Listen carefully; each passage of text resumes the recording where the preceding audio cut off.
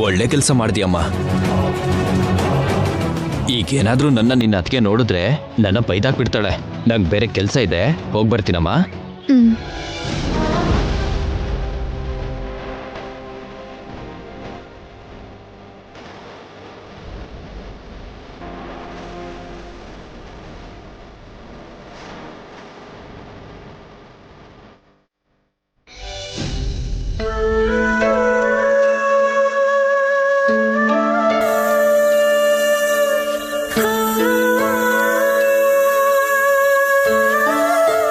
ಏನಾಯ್ತ್ರಿ? ಯಾಕಷ್ಟು ಯೋಚನೆ ಮಾಡ್ತಿದ್ದೀರಾ? ಮಾವನ್ ನೋಡಕ್ ಹೇಗ್ ಹೋಗೋದು ಅಂತನಾ? ಹೋಗೋದ್ರ ಬಗ್ಗೆ ಅಲ್ಲ ಶ್ಯಾಮ, ಹೇಗ್ ಬೇಕಾದ್ರೂ ಹೋಗ್ತೀವಿ, ನೋಡ್ತೀವಿ, ಬರ್ತೀವಿ. ನನ್ನ ಯೋಚನೆ ಅದ್ರ ಬಗ್ಗೆ ಅಲ್ಲ. ಡ್ಯಾಡಿಗೆ ಟ್ರೀಟ್ಮೆಂಟ್ ಹೇಗ್ ಮಾಡಿಸೋದು ಅಂತ ಯೋಚನೆ ಮಾಡ್ತಿದ್ದೆ.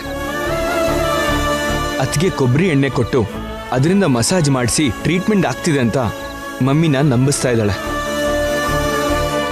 ಹೀಗೆ ಮಮ್ಮಿ ನಂಬ್ತಾ ಇರ್ತಾರೆ ಹೊರತು ಡ್ಯಾಡಿಗೆ ಟ್ರೀಟ್ಮೆಂಟ್ ಆಗಲ್ಲ, ಡ್ಯಾಡಿಗೆ ಗುಣನೂ ಆಗಲ್ಲ.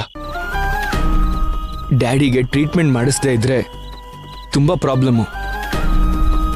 ಅದೇ ಯೋಚನೆ ಮಾಡ್ತಾ ಇದ್ದೆ, ಡ್ಯಾಡಿಗೆ ಟ್ರೀಟ್ಮೆಂಟ್ ಹೇಗೆ ಕೊಡ್ಸೋದು ಅಂತ. ಸತ್ಯ ಅಣ್ಣನ ಹತ್ರ ಅದಕ್ಕೆ ಸಂಬಂಧಪಟ್ಟಿರೋ ಒಳ್ಳೆ ಆಯಿಲ್ಸ್ ಇದೆ. ಐಶ್ವರ್ಯ ಅಕ್ಕ ನೋಡ್ದಿರೋ ಹಾಗೆ ಆ ಆಯಿಲ್ಸ್ ಇಂದ ಮಸಾಜ್ ಮಾಡ್ಸೋಣ. ಮುಂಚೆ ನಾನು ಆಯಿಲ್ ಮಸಾಜ್ ಮಾಡಿದಾಗ ಸ್ವಲ್ಪ ಗುಣ ಆಗಿತ್ತು. ಅಣ್ಣಂಗೆ ಇವತ್ತು ಆಯಿಲ್ಸ್ ತರಕ್ ಹೇಳಿದೀನಿ. ನೋಡಿ, ಅಣ್ಣನೇ ಬಂದ್ರು. ಏನಮ್ಮ, ಮನೆಗ್ ಬರ್ತಿದ್ದ ಹಾಗೆ ಬಾ ಅಂದ್ಯಲ್ಲ? ಹಾ, ಕೂತ್ಕೊಳ್ಳಿ. ಅಣ್ಣ, ನಿಮ್ ಹತ್ರ ಇರೋ ಆಯಿಲ್ಸ್ ಇಂದ ಮಸಾಜ್ ಮಾಡಿದ್ರೆ ಮಾವ ಬೇಗ ಗುಣ ಆಗ್ತಾರೆ ಅಂತ ಹೇಳಿದ್ರಲ್ಲ? ಹೌದಮ್ಮ, ಖಂಡಿತ ಗುಣ ಆಗ್ತಾರೆ. ಆದ್ರೆ ನಿನ್ನ ಅಕ್ಕನೇ ಆ ಆಯಿಲ್ಸ್ ಇಂದ ಮಸಾಜ್ ಮಾಡಕ್ ಬಿಡಲ್ವಲ್ಲ? ಅಂದ್ರೆ ಅವಳು ಕೊಬ್ಬರಿ ಎಣ್ಣೆ ಬಾಟಲ್ ಕೊಟ್ಟಿದ್ದಾಳಲ್ಲ,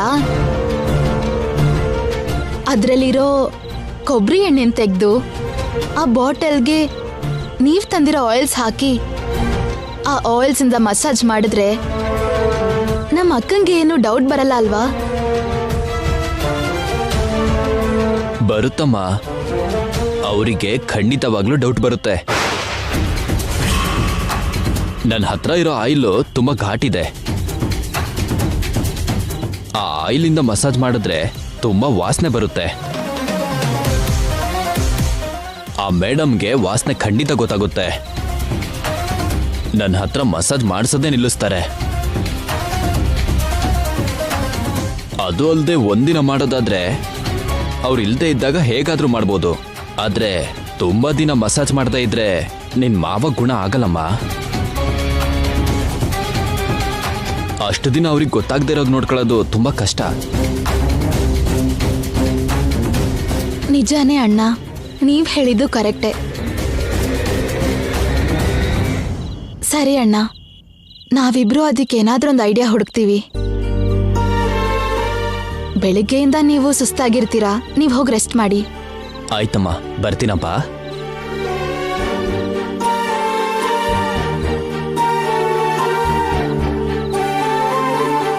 ಏನ್ ಮಾಡೋದ್ರಿ? ಮಾವನ್ನ ಇವಾಗ ಹೇಗ್ ಕಾಪಾಡೋದು? ಡ್ಯಾಡಿನ ಕಾಪಾಡ್ಕೊಳ್ಳೋದಕ್ಕೆ ಒಂದೇ ಒಂದು ಮಾರ್ಗ ಕಾಣಿಸ್ತಿದೆ ಶ್ಯಾಮ. ಏನ್ರಿ ಅದು? Music therapy. ಮ್ಯೂಸಿಕ್ ಥೆರಪಿನಾ? ಹೌದು. ತಾತನ್ನ ಕೋಮಾದಿಂದ ಹೊರಗಡೆ ತಂದಿದ್ದು ಮ್ಯೂಸಿಕ್ ಥೆರಪಿನೇ ಅಲ್ವಾ? ನಿಜಾನೇ ರೀ. ಮ್ಯೂಸಿಕ್ ಥೆರಪಿ ಮಾಡಿದ್ರೆ ಮಾವ ಖಂಡಿತ ಗುಣ ಆಗಿ ಓಡಾಡ್ತಾರೆ. ಆದ್ರೆ ಅದನ್ನ ಹೇಗ್ ಮಾಡೋದ್ರಿ?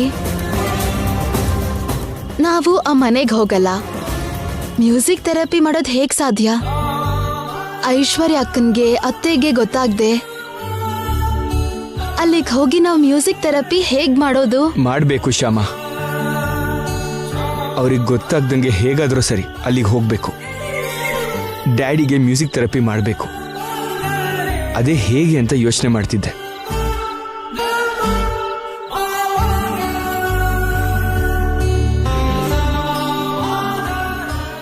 ಐಡಿಯಾ. ಏನ್ ಐಡಿಯಾ ರೀ?